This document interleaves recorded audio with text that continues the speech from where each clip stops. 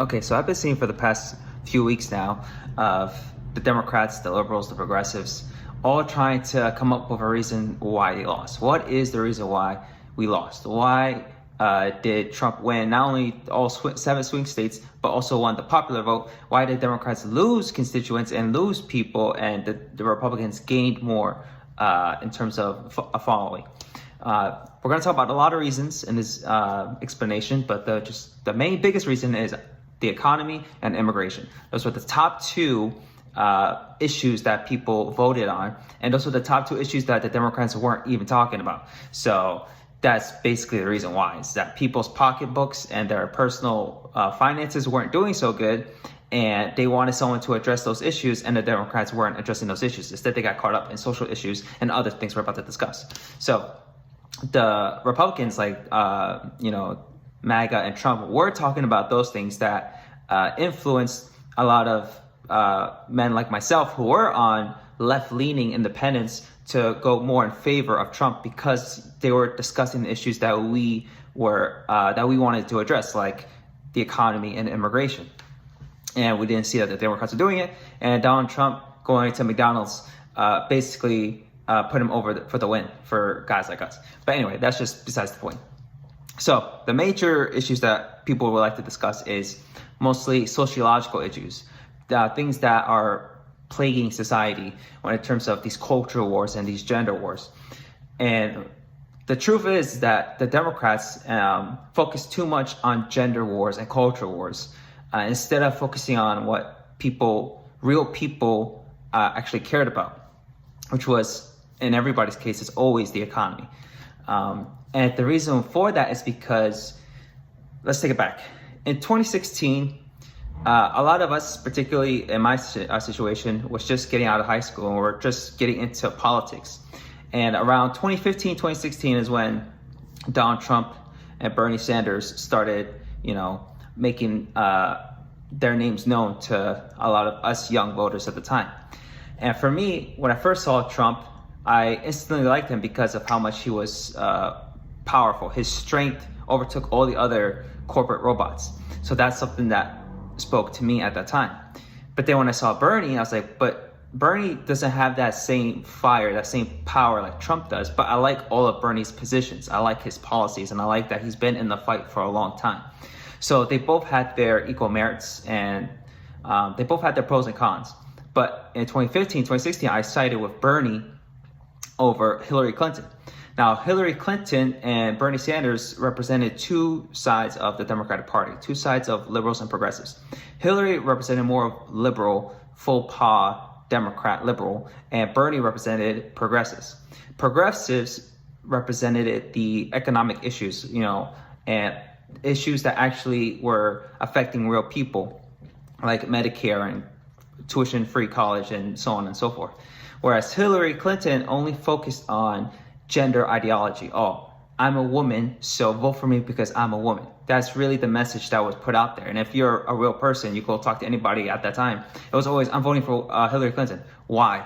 Not because of any particular policy issues. They would always bring up, because I want to vote for the first woman president. I want to vote for the first woman president.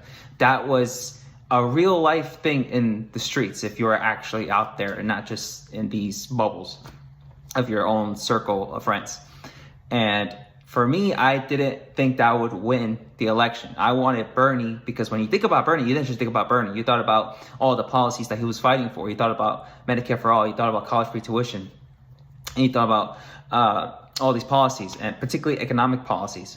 And Hillary didn't really bring any of that stuff because she's a faux pas liberal. She only uses these social issues to push her own personal agenda, which is corruption. And that's not what we wanted. And so a big fight brought out between Democrats. Who's going to be in charge of the Democratic Party? Is it going to be these faux pas liberals like Hillary Clinton and Obama, who only use social issues to manipulate the regular good-meaning folks who are like, yeah, I don't have a problem with somebody who thinks they're gay or somebody who may think differently than me. But what Obama and Hillary Clinton, all those faux pas liberals did was manipulate those people to saying, oh, but Bernie, he's a sexist. He's against Hillary, so he's a sexist. So already they started feeding the division of gender issues in the 2016 election. And then, of course, they rigged the election, the primaries against Bernie. And my thinking at the time was I didn't want Bernie to bow the knee to Hillary Clinton. I mean, anybody at that time knew that we should have just left the Democratic Party, because, like, look, we take that out, that's on us. You know, it's actually on them for rigging against us. But at the end of the day, it's still a loss. A loss is a loss. So let's leave the Democratic Party and start our own independent party. And Bernie was an independent anyway. So that was like the most obvious answer for at least all of us who just got into politics at that time. Because why would I want to bend a knee to Hillary Clinton? Why would I want to follow somebody who's a faux pas liberal and who is against the core issue that I am against, which is corruption? So, and I couldn't stand the fact that Bernie just submitted to the corrupt part of the party. And that really like pissed me off. And I was like, no, because think about it. If we would have went independent in 2016, we would have been ready in 2020. We would have been ready in 2024. But no, instead, we're still in the position that we're in. And so 2016, we already know what happened. Hillary was trying to use sexism against Donald Trump, just like she used against Bernie, because she thought if it worked against Bernie, it could work against Trump. But here's the problem. So many people in our country and in real life really don't care. They really just be like, I don't care about all these social stuff. As long as people are not harming me and I'm getting money and my economy and my personal family economy is going great, I don't care. So people had enough patience. People had patience to excuse all those things. Whereas the Democrats and the faux pas liberals were trying to make that a sticking point against Trump. But that doesn't work because nobody really cares about whether someone's positions on women are one way or the other, because we really care about really just the economy. And so if the Democrats were meeting the voters' needs in terms of the economy, then they would have been able to get the voters on social issues. But there's the problem.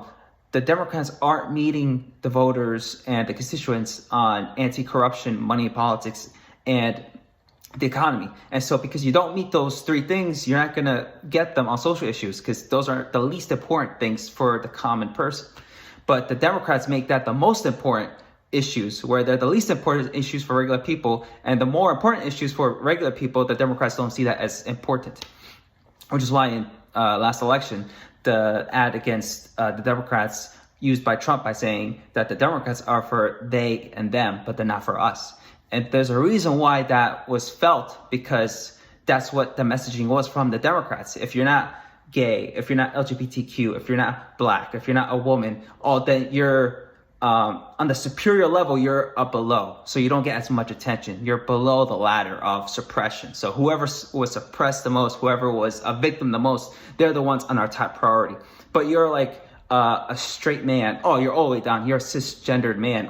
You're not as important as like a black lesbian woman. So there's that level of importance that was messaged by the Democrats, which a lot of regular people just view that as it's the party for social issues, but not the party for the main issues that we need to address, which is the economy, immigration, and on top of all the other things, the Medicare, the pharmaceutical companies. What has any Democrat done to even stop any of those things? And not saying that the Republicans are doing either, but the whole point is that in the Trump side, we have people who are actually, so on the Trump side, during the 2024 election, we had people who come from different backgrounds.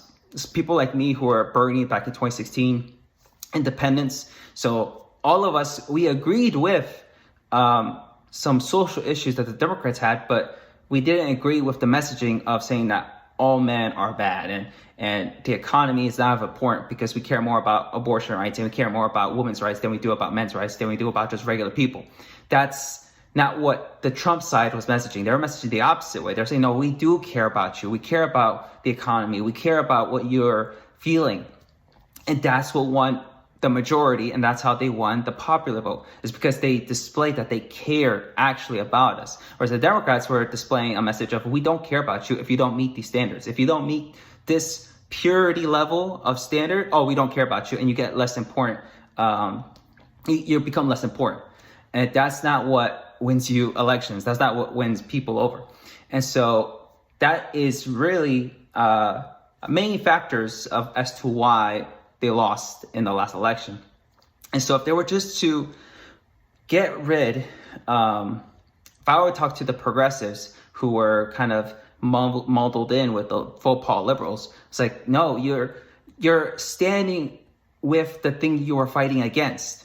Just because a corporation takes sides of the LGBTQ, that is actually not a good thing, because then you're giving one moral for another moral. So it's actually not a good thing that all corporations are on the side of LGBTQ, because then you find yourself on the side of corporations, and that's a side that nobody's on. So maybe in the future, or even right now, I would talk to the progressives who are still part of the liberal Democratic Party, that they don't care about you, and they will never care about you unless you suffered enough, or unless you're a useful tool for them to win.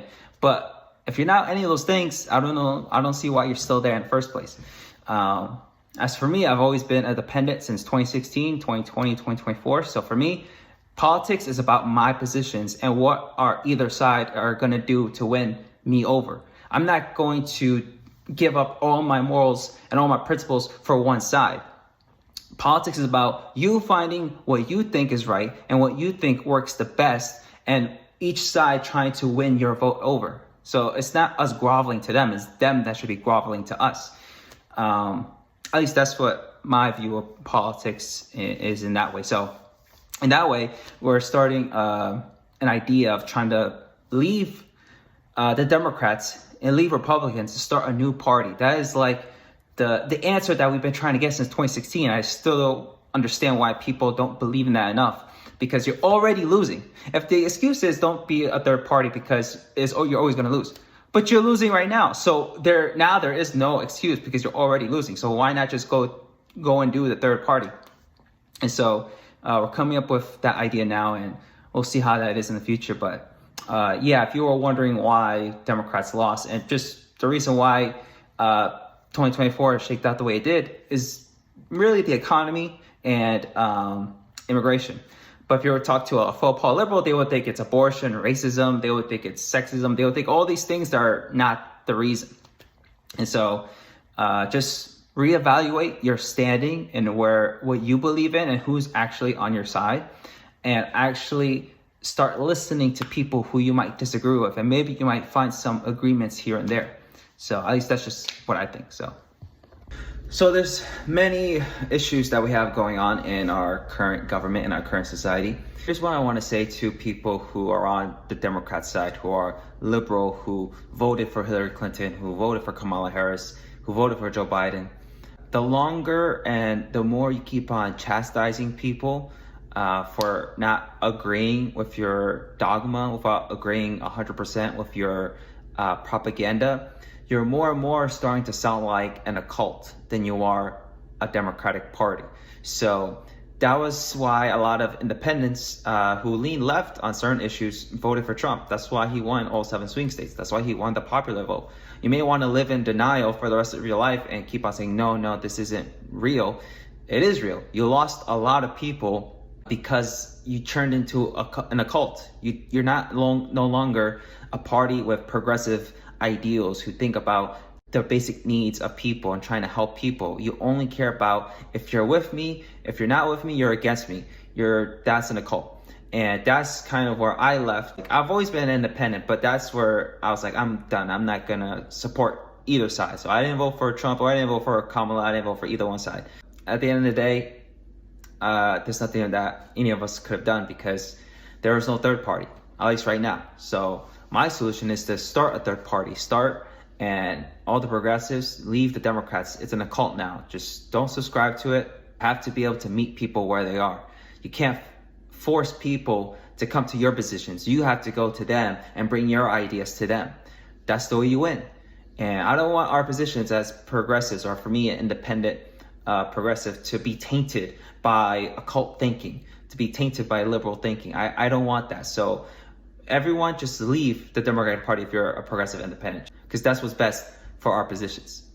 The way things are going, people who are, such as myself, with progressive ideals and are independents but sort of left-leaning, or who got into politics because of Bernie, I would say that we cannot continue to lean on the Democrats.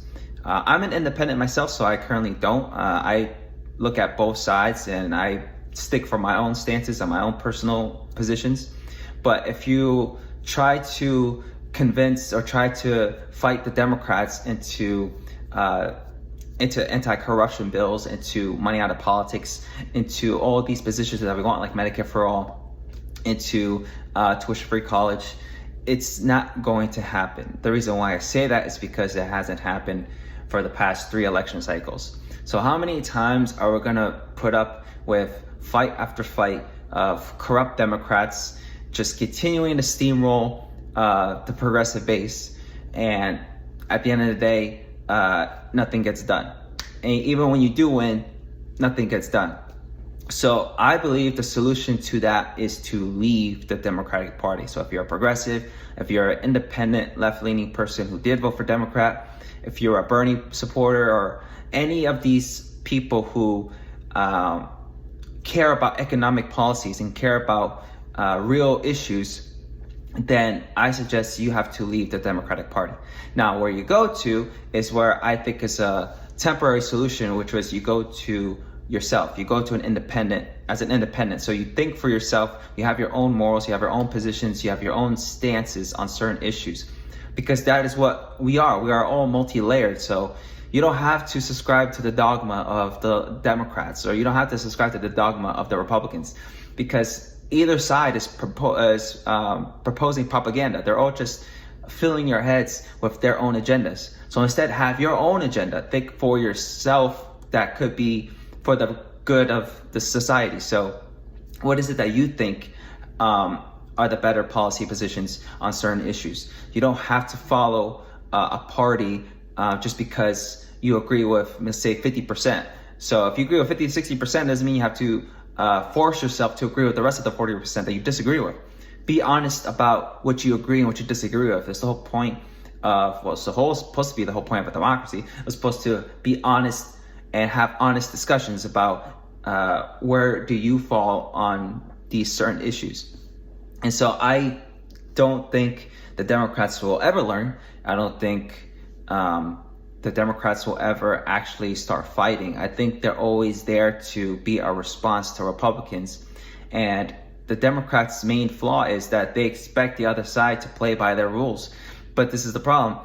The longer that things are not fixed, the longer rules are going to be broken. And so a lot of you guys see the Democrats saying how there's fascism now, there's authoritarianism, we're living in a monarchy now. Well, if that's the way society is shifting, you have to meet their expectations by coming up with your own positions, but you're gonna have to do it with authoritarianism. You're gonna have to meet authoritarianism with authoritarianism, or else you're gonna get steamrolled and you're always gonna lose, like you've been doing. So it goes against your belief of democracy, but you gotta pass Medicare for all. You have to help people, and the only way you're gonna be able to do that is to fight corruption. And the Democrats are always for corruption. You're gonna have to fight against big money, and the Democrats always take the big money. So there's a conflict of interest already right there, and it makes the positions you hold tainted. It corrupts the positions of Medicare for all when you side with the liberal Democrats. It taints the positions of tuition-free college, or in my position, American Basic Income. It taints those positions if you side with liberal Democrats who only care about social issues and don't really care about providing for people's basic necessities. So it's a hard choice to make, but you have to be able to make that choice for yourself. Do you want to continue believing in the propaganda, continue believing in someone else's agenda, or do you want to separate yourself and finally just come to your own thinking and just think of what is the best possible solution for you to get these positions, these policies ready passed? So at least that's where I am currently. So even when I do agree with some social issues, I do agree with some traditional values as well. So just like everyone else, I am a multi-layered person. So if you want to go ahead and be what you want to be and continue believing in the dogma and the propaganda, then I'm sorry to say that your side is always gonna lose, because you won't take that next step like the other side is. They're already taking fascism, or whatever you want to call it, authoritarianism. They're already taking that step. And if you refuse constantly to stick by your morals and never cross that line, then you're gonna get steamrolled and you're gonna lose. And so I believe too much in these proposals and these positions to not let them get tainted by some faux pas liberals like a Hillary Clinton and a Kamala Harris and an Obama. I can't let these positions be tainted by their corruption. This is why we have to separate ourselves from those people, and keep to ourselves and make an independent third party. And a lot of people don't want that because they think it's a losing strategy. Unfortunately, you're already losing. So you're losing, but with no prospects of a future. So my recommendation is to leave the Democratic Party, join a third party, political party, one that we could all agree with, one that we all have common understandings with, and go forward with this party that is economics, that is progressive ideals when it comes to real life issues. The social issues are important, yes, but they cannot be our front foot forward. They have to, unfortunately, take a back seat until we get the help that people need first. And then we can talk about social issues, but the people need help first. And if you don't want to do that, then I gotta say, get used to losing, because that's what we've been doing. So I've seen some disagree with my definitions of certain words of when I talk about liberal Democrats and progressives. I would like to say that what I mean by liberal Democrats is somebody, particularly politicians or even their followers, that agree with taking big money by being corrupted and taking donor money from corporations, but use social issues as a tool for them to win. But then when they do win, they do nothing about it. So people like Hillary Clinton, people like Obama, people like Kamala Harris and Joe Biden, these people actually get nothing done that actually helps us. They just use certain dogma and propaganda to sway people regarding social issues, but at the end of the day, they still take corrupt money, and at the end of the day, they're always going to get nothing done. And so that's who I mean by liberal Democrats. Particularly, you could probably say faux pas liberals, but at the same time, they kind of all subscribe to the same dogma, which is now known as woke issues. But progressives put economic issues first. They talk about Medicare for all. They talk about college free tuition. I want them to talk about American basic income and a whole lot of other issues that we need to solve. And so progressives are mostly domestic first, or I mean say America first. It's supposed to help the actual people, but that goes against these faux pas liberals who don't really care about the people. They just care about getting their wallets bigger, and they'll be okay with some LGBTQ and some social issues, but at the end of the day, those are just tools for them to win and not actually get anything done. Say what you want to say about Republicans and conservatives and MAGA, but even then, those people get things done. Whether you disagree with their positions, they're still getting things done. And that is what people respect about a certain party. They respect that, look, we may disagree on a lot of issues, but at least you're taking action and actually getting things done. Whereas the Democrats, we may agree with a lot of the things, but they don't get anything done. So what's the point of doing that? That's my definitions in my head, what I separate these two things into what they are. The past 3 elections, I have been an independent with left-leaning ideals or progressive economic principles, as you could say. I do have some traditional values, but most of it, above all, I am an independent. Not only comes to politically speaking, but also an independent thinker. So I don't subscribe to anyone's dogma, to anyone's propaganda. I think for myself. I have my own personal experiences, my own personal beliefs and morals. And if you're interested into what those are, I wrote a whole book about where we could potentially go as a society and running a new system that's free of corruption, and how can we get there from the current system that we have that is currently corrupt, how can we get to a better system that puts corruption on a leash and restricts it so that it doesn't show its head again. So if you're interested in that, a lot of stuff that I talk about is really based on this book, which I wrote. It has a lot of solutions that I think are good common ground places. And the reason why I'm speaking about these issues now is because I used to be very private when it comes to my political stances and my political thinking, because I'm just not really keen on letting the whole world know where I stand politically, because it's definitely not mainstream of what I think politically. It's very, how should I say, forward thinking, and I believe placed in common sense. So if you're interested in what those are, go ahead and check out that book.